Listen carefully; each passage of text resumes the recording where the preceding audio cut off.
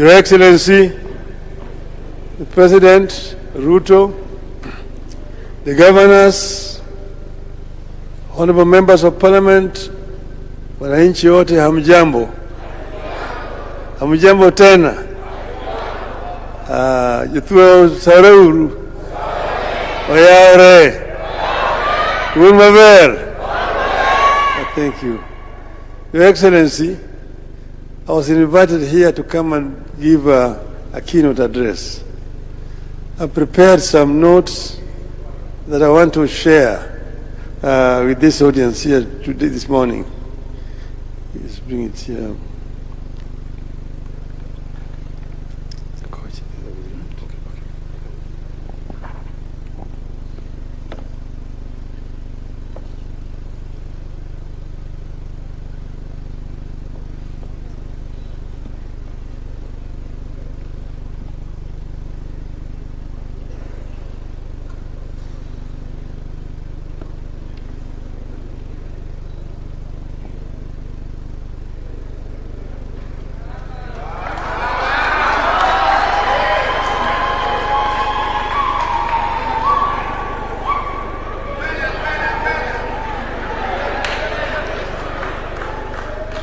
Thank you.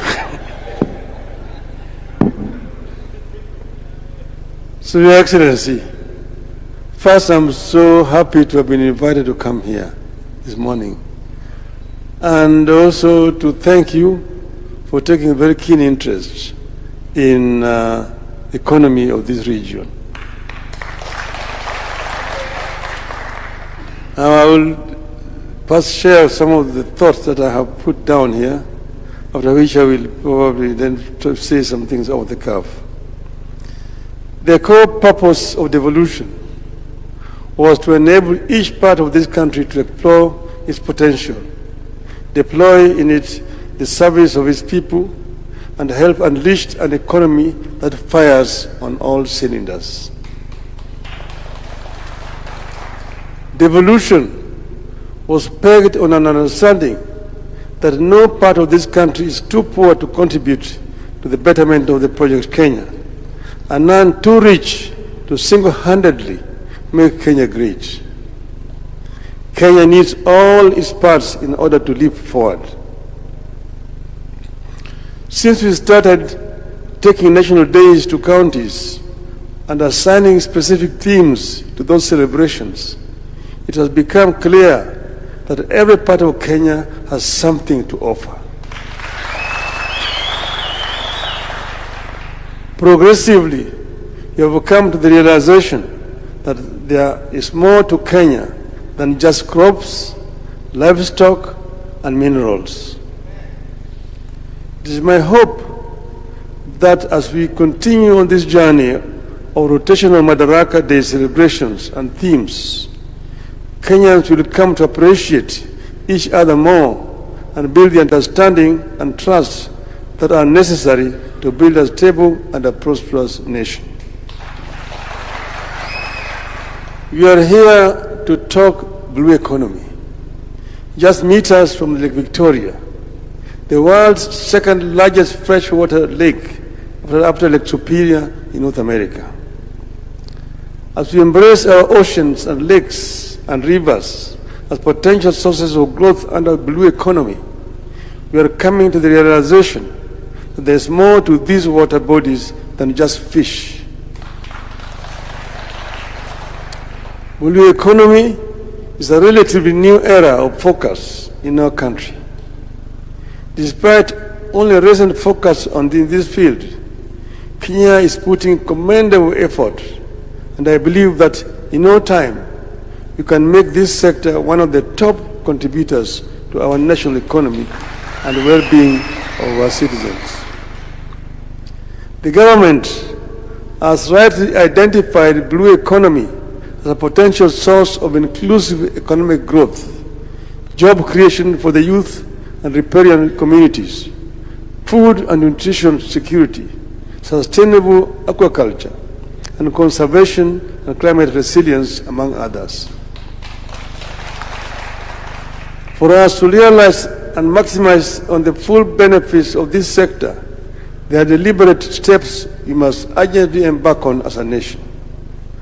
I will outline a few. But before I do that, Your Excellency, you need to know that these people were originally not fishermen. Luos were pastoralists. As they came down from the north, they were traveling along rivers and lakes. That's why they are called river lake Nilotes. But sometimes in their history, about 200 years ago, their cattle, their stocks were decimated by an epidemic 200 years ago. That's when they turned to the lake, to fishing and to sedentary life at that time. But that pastoralism life is still very much in their blood.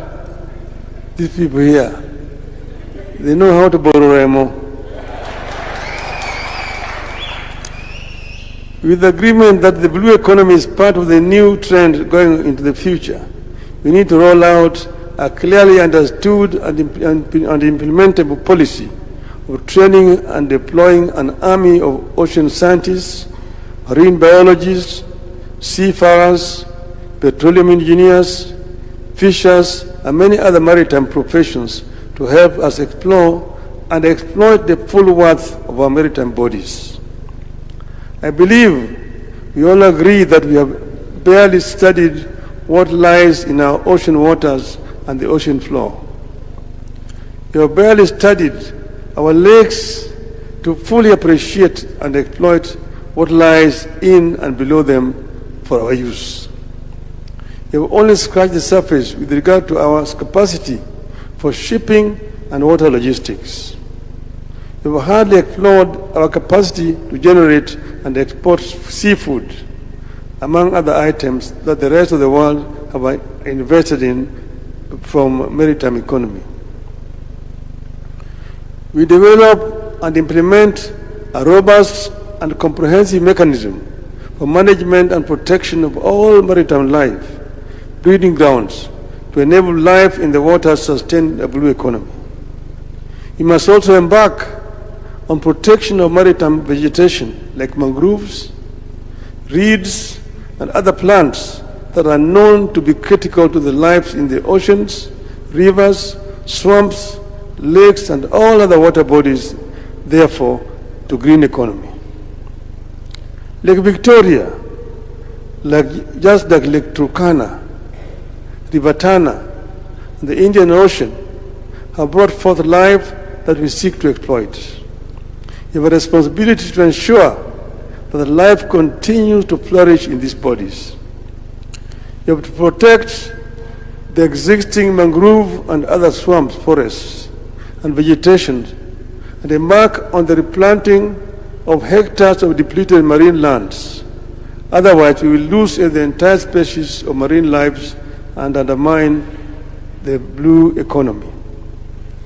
So far, the only attempt to conserve marine vegetation, which is also dwindling, has to do with the mangroves in Lamu area. Everywhere else, it is marine exploitation with zero conservation of critical vegetation regeneration. Let us be firm against pollution.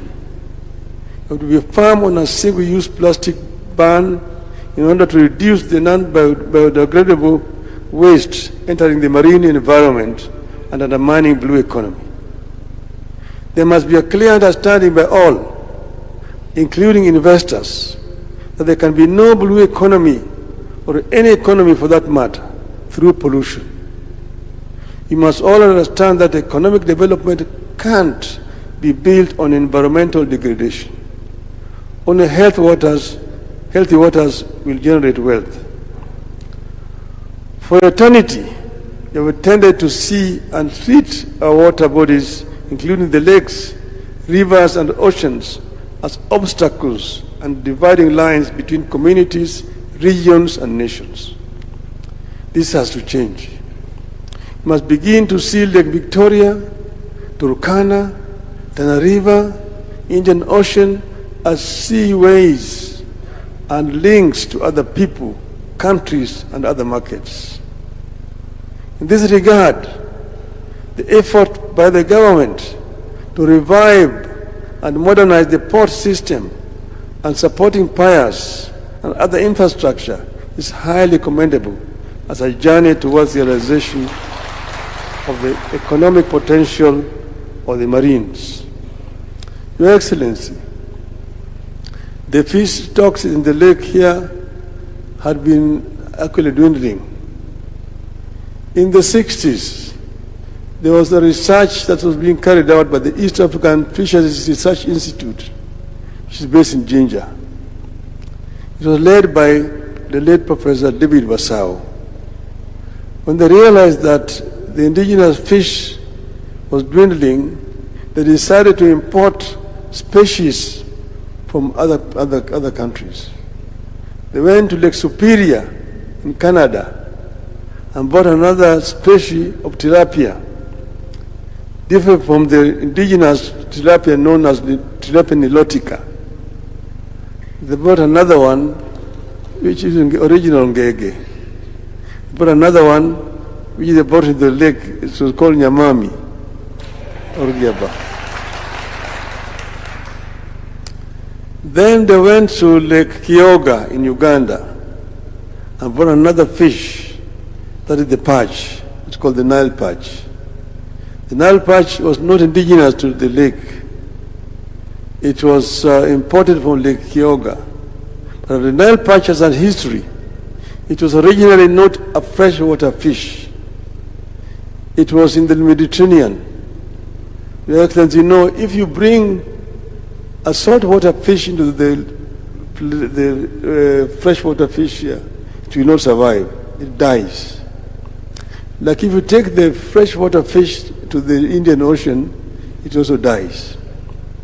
But this Nile perch moved from the Mediterranean into the Nile Delta, where the water, fresh water coming with the river, mixes with the water from the sea.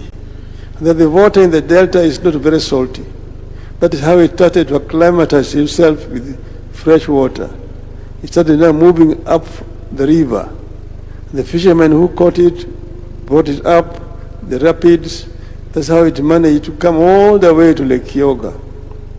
But from Lake Kyoga it could not come into the Nile because of the Owen Falls. It is that team led by Professor Wasau that brought it from there and planted it into the lake here to increase the lake. And at that time, Your Excellency, the research was based in Jinja for the entire East Africa. And fishing in the lake was not restricted. Kenyan fishermen could go and fish in Uganda waters and also Tanzania waters. The situation has since changed. And therefore we must go back to the drawing board. Your Excellency, in 1971, there was a coup in Uganda, and a madman called Idi Amin took power. Idi Amin, in his madness, annexed several Kenyan islands and made them part and said this were part of Uganda. In fact, he said that the border between Kenya and Uganda was in Naivasha, and that he was going to redraw the boundary. Although he did not realize his dream, that situation is the cause of our problem right to today. Where is the border between Kenya and Uganda in the lake?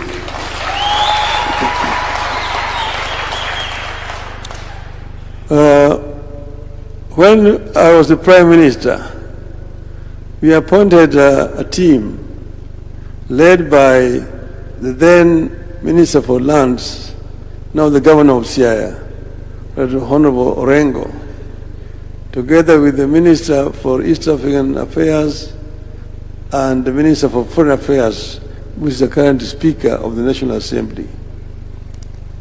And they were tasked to carry out negotiations with the Ugandan counterparts.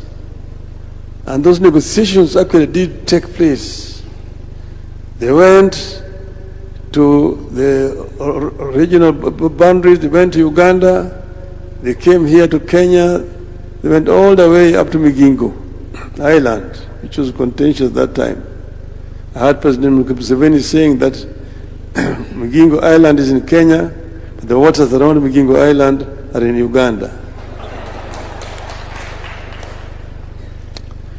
Now, as they were doing this, Mr. President, it came out that the coordinates that mark the boundary between Kenya and Uganda are based on the river Sio.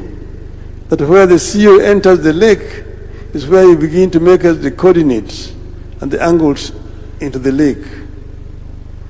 Now, we discovered that river Sio, during one of those floods, had changed its course and left it used to be one fourth, but it moved back into the Kenyan side, several kilometers.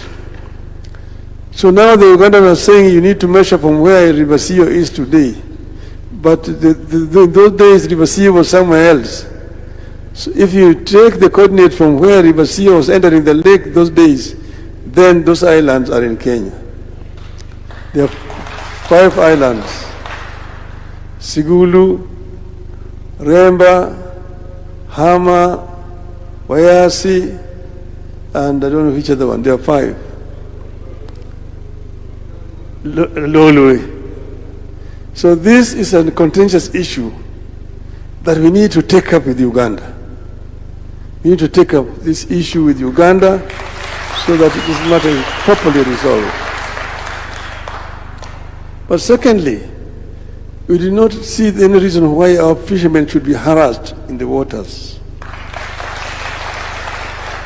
We need to come up with an agreement that these waters can be exploited generally. In the Indian Ocean, you've got Koreans, Japanese coming to fish in our waters here, and there's nothing we're doing about it. Why should Kenyan fishermen be harassed when they just cross the border here? And let us then also agree with Uganda so that we know exactly where the border is. Ugandans have brought in Marines in the lake, harassing our fishermen. We should also have Marine in the lake.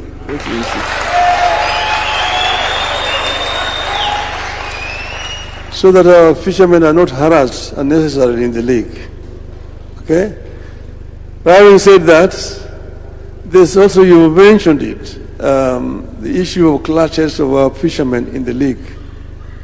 They're killing each other because of fish. This is stupid. You should not allow this. Jo thuro ke kunegru, jo lupo thuro okunego negre nam ni gwach marrech. Which word malicha in? Jo lupo di nam kuja di gore to di negre. But then, Your Excellency, I know that Joho said he's bringing a helicopter. We need that. We needed it yesterday. A helicopter that will help also the fishermen who are drowning in the lake, so that they can be rescued in good time. So we need more choppers. We also need more boats around, which can fly around and help our people, because we are losing people unnecessarily in the lake. And we should have security so that they can be rescued before they drown in the lake. So, Your Excellency, as a country, we have to work proactively, build local and global partnerships, and promote responsible management of our water resources. We must spearhead a policy of integrated, sustainable marine management founded on knowledge, science, and experience. I thank you. Another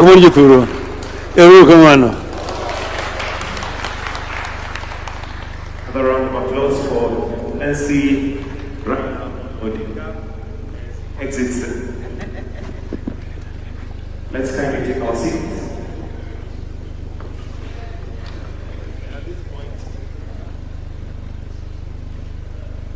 And at this point, Your Excellency, economy, to give us just a quick rundown of the Lake Victoria Spatial Plan before we officially launch it. Pigie makofi tafadhali. You can come in from here.